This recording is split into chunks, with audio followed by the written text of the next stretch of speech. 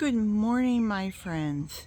It's Saturday morning, July 15th, and I'm out on my front yard, and this is a blossom from my bougainvillea. I have two big bougainvillea plants that are growing in our driveway, and I'm just going to walk it back and show you. We just trimmed them, and they are still shedding a bit. Doesn't matter how careful I am trimming them, they still seem to drop a few.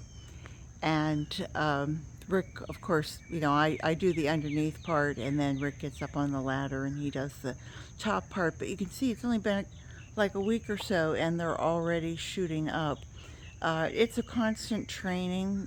Bougainvillea is more of a vine uh, wrapping around itself, and always beautiful, but it needs care. And this is our summer look. We try to keep everything trimmed back, and it's also hurricane season here for all of the eastern United States, and hopefully all the hurricanes will uh, come into the Caribbean and then turn north and just peter out, kind of. But I thought I would do a quick, if not so quick, tour, because I haven't done one in so long. And, things kind of got out of hand for us, got a little busy, and just kind of let things go. And so our yard really hasn't changed much. A lot of the things that I wanted to do haven't really gotten to them.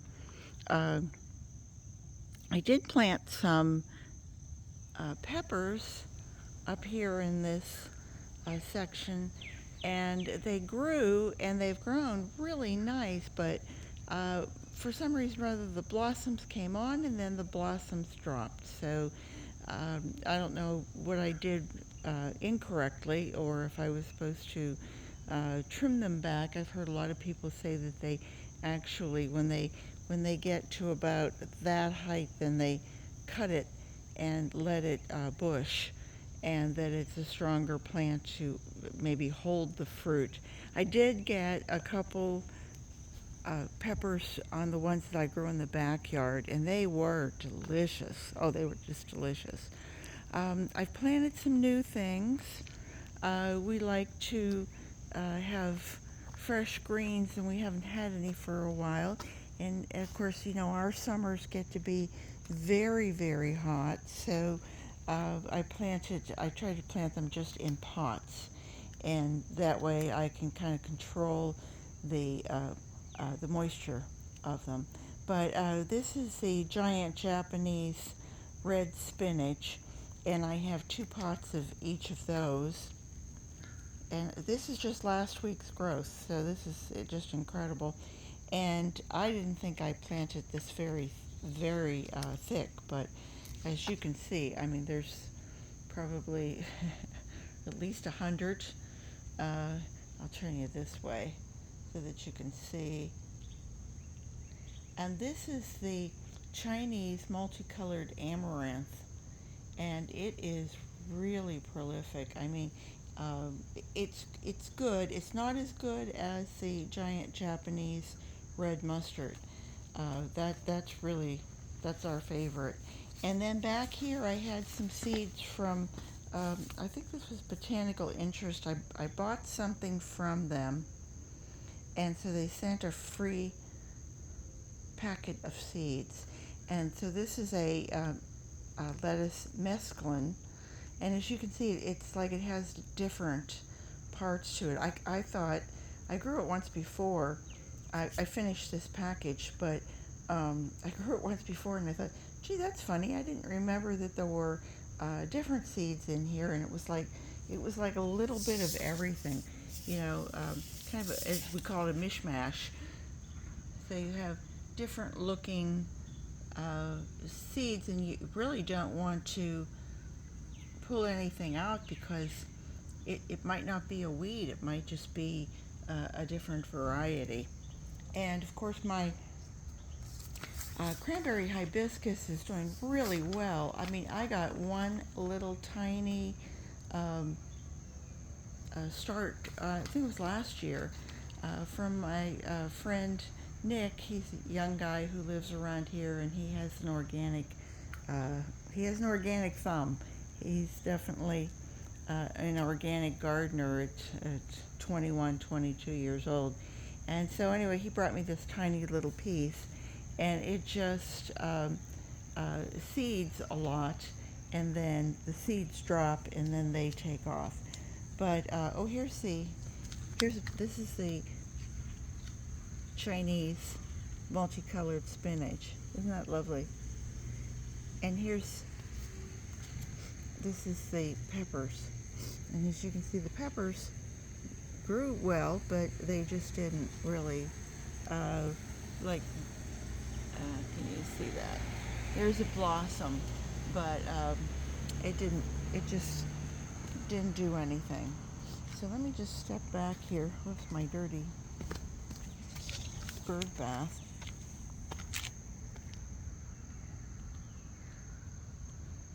The gardenia, it bloomed. It got loads of blooms on it.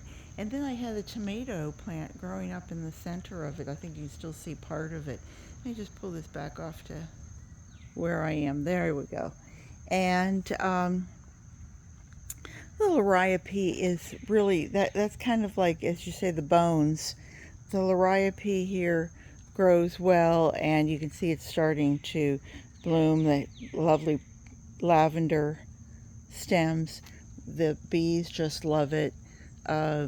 There's some coleus back there. It's going to seed, and I really, a lot of the times I'll go back and chop those seeds off, but for the most part I leave it because the bees just go crazy.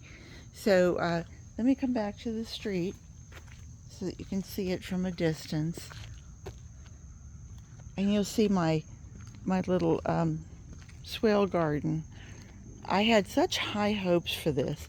I planted, they were giant marigolds, and the marigolds that were sent to me, this is what came up. I mean, these were supposed to be 4 and 5 inches across, and they certainly weren't. The zinnias were supposed to be huge, chartreuse zinnias. I think you can see they're about maybe 2 inches across, and I guess that's not yellow, it's kind of in the green family, but that was really, it was a disappointment. The seeds came from Baker's Creek, and I think they were the worst germinating seeds that I've ever had from them. This is my elm tree. This is a Drake elm, and this is normal. This is a healthy bark. It will peel its bark off. It's appealing, you know. So, and here was this wonderful tree that I used to curse every year whenever the leaves would drop, and now I go, oh boy, leaves to feed my worms.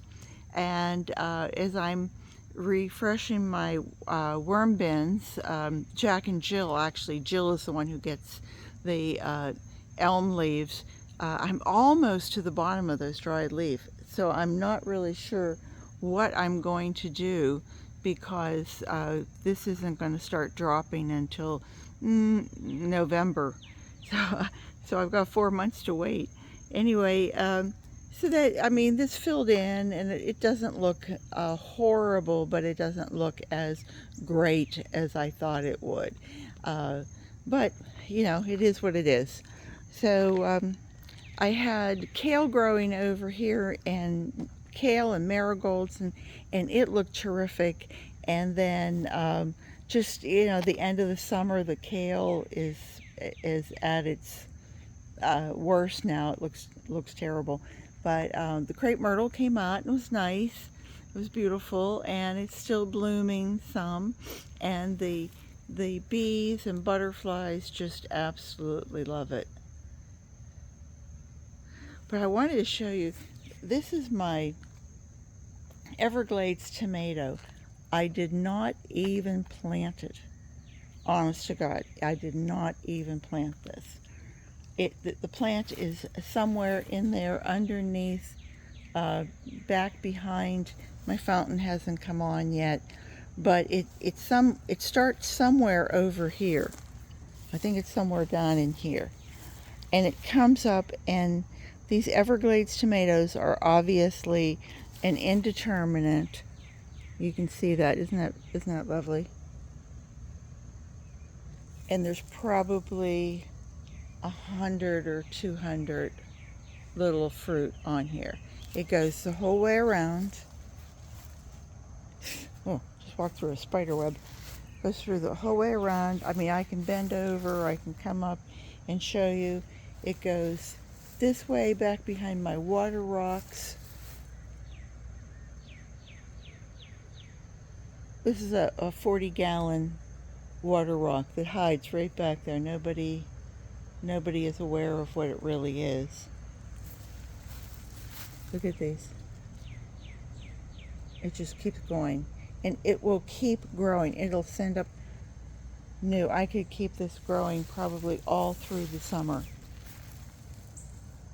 It starts to look, it starts to look ratty. I mean, I can come out here and just about every couple days trim off more yellow and allow the sun to hit the fruit. And my goodness, I counted 200 tomatoes to a pound. So that's a lot of tomatoes. They're very good. They don't have a real long shelf life, so you have to kind of either, eat them on the spot or bring them in and eat them and use them that way. But boy, they're packed with sugar. I mean, they are really, you can taste that is really high in sweetness. So anyway, there's our two herbicolas. They keep falling over, and every time Rick puts it back, you can see he's got this one backwards. I always say typical man, but it's really typical Rick. He's like, as long as it's standing, he doesn't care if you're looking at the back of it or the front of it.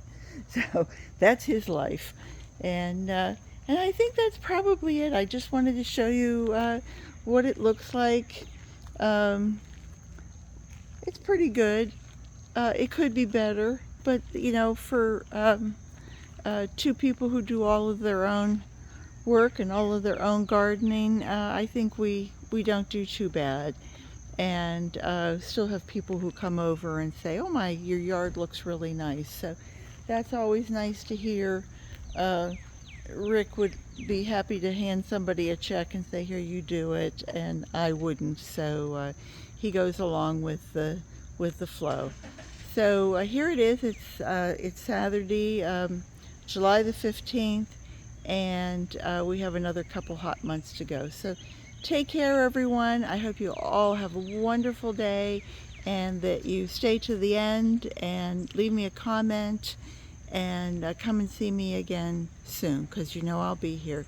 Take care, everybody. Remember, garden what you've got. Bye-bye.